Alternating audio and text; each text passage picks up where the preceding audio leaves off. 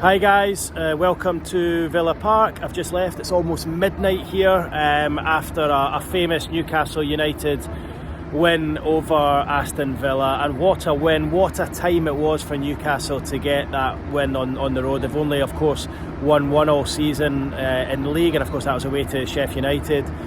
But to come here and win as convincingly as they did against a team who have not lost here all season. This is Aston Villa, who have the best home record in the Premier League, and Newcastle came here and did a number on them tonight. Again, lots of injured players, but those who did play and those who finished the game can be really proud of their efforts tonight. I just thought Newcastle were very good for an hour, very, very good. Obviously, once Villa made a couple of subs and they brought on the Leon Bailey in the second half, they really began to trouble Newcastle. I thought, Dan Burn obviously looked a little bit difficulty against Bailey, but once they dropped into a back five, they managed to stifle Villa well and see out the game fairly comfortably.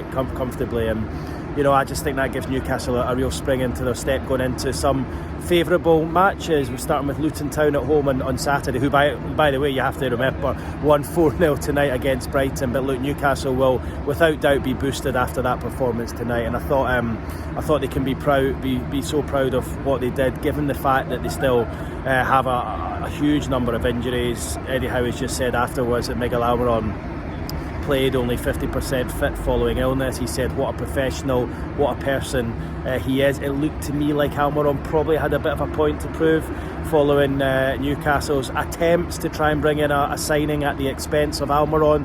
You could understand if he was a bit frustrated, a bit upset, knowing that of course Newcastle were essentially open to losing him if the right offer came in, to allow them to then bring in a midfielder of their own. So I could kind of see that in his performance tonight. He looked like he had the bit between his teeth. Perhaps it worked in Newcastle's favour, and I actually thought he did really well out on that left hand side. The spade work for the goal for Jacob Murphy's third was brilliant. It's probably the first time I've seen him all season long getting a cross at the first time of asking, and what it was, right onto a plate for Jacob Murphy, who I'm not sure if he's been credited with the goal or not, but managed to sort of bundle the ball over the line with the help of I think it was Moreno or one of the Aston Villa defenders. But look, coming down here on the train, spoke to a couple of Newcastle fans who actually thought Newcastle could do something. I was disagreeing with them, and then I looked at Villa's recent form, and they've struggled the last couple of games, and I thought maybe Newcastle do have a chance tonight, and boy did they take their chance. Fabian Schär with 2 goals. I need to let you into a secret.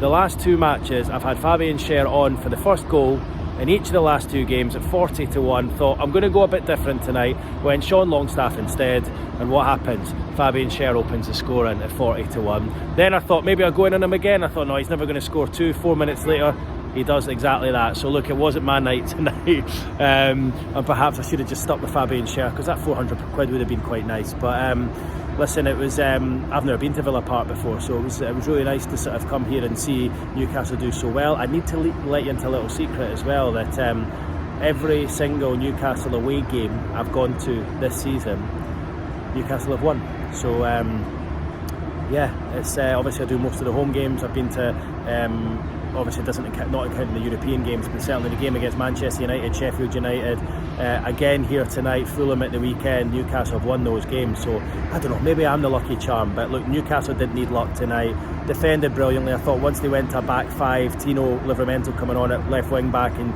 allowing Dan Burn to shuttle in one, and it just really shut out Aston Villa in those last 10 minutes, when it looked at one stage as though Leon Bailey was going to have the better of them. And I thought that was a really interesting switch from Eddie Howe to do that, and for me that is why Newcastle got over the line in the end. And I just feel there's something brewing here. I feel Newcastle could go on a bit of a run in the next couple of months and get themselves back up there, 7th in the league now. Yes, there's injury problems. Eddie Howe has just said at his press conference that Harvey Barnes is close to a return. I expect him to be back involved at the weekend. I believe he did a full training session yesterday. Almiron's 50%, but obviously it looks like he's back.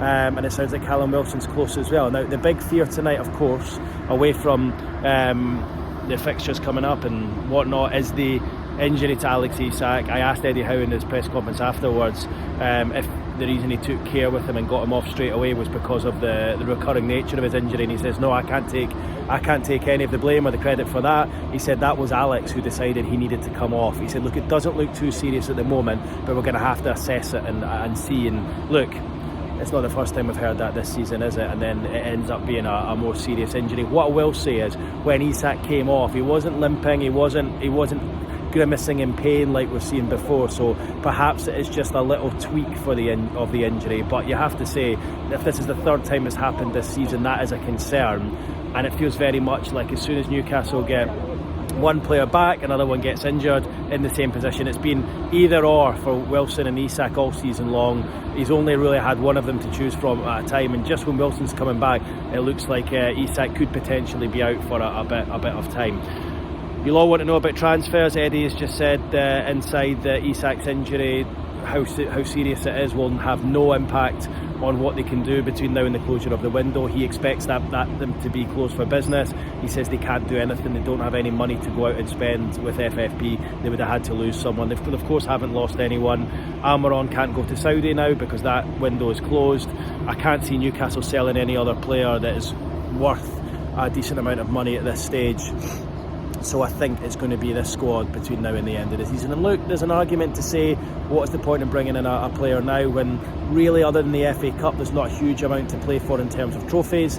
Maybe they save that money for the summer and go a little bit bigger then, and make sure they get the right players and the right personalities in then rather than now. But look, I think tonight's just one to enjoy for Newcastle. There's been so few wins on the road this season. And to come here against Aston Villa, the best side at home in the league, with all their top players playing, I just thought it said everything about where Newcastle are mentally and physically at the moment. Yes, they looked tired at the end, but they really matched Aston Villa and then some in that opening hour or so tonight, and that was when the game was won, and they allowed themselves that comfort of conceding one and still managing to get over the line. So look, the bad news is no transfers between now and the closure of the window, according to Eddie Howe, and I do believe him on that one. The sort of uncertainty is the injury to Alexander Isak, and that's the last thing Newcastle need. In my mind, Newcastle's best player, and probably they're the most important player given what he can do on the break and the pace he's got. But if they can get Wilson back at the weekend, or maybe the week after that, then at least they can kind of get by for the next couple of weeks. But I feel like we've been saying that all season, getting by. That is what they should not be doing that with the squad they've got. But that is a situation that they find themselves in. I thought Lewis Miley started really well, looked tired towards the end. I think he probably needs taken out. I don't know who they can replace him with, because obviously there's only 3 fit central midfielders at the moment. It'd be interesting to see whether he gives Lewis Hall or Livramento a chance in there in the next couple of games. But I think Miley will just be patched up and asked to go against Luton at the weekend. And I think those players who played tonight will go back to not even training. They'll just recover and go again on Saturday. But as I say, I think tonight is just all about, for the Newcastle fans, for you guys celebrating what was a brilliant, famous win. Newcastle have struggled here in recent years, hammered last season, but they've left here tonight with a 3-1 win and an 8-2 aggregate over Aston Villa this season. Who would have thought that, given where Aston Villa are in the league and up there challenging at the top of the table? So that's it from me, guys. It's been a one to remember here at Villa Park tonight, as Newcastle leave with a 3-1 win, and hopefully we'll have some news tomorrow or perhaps the day after on Alexander Isak, as Newcastle hope to have him back for Luton Town at the weekend. Alright guys, leave your comments below and I'll see you in the next video. Cheers for now.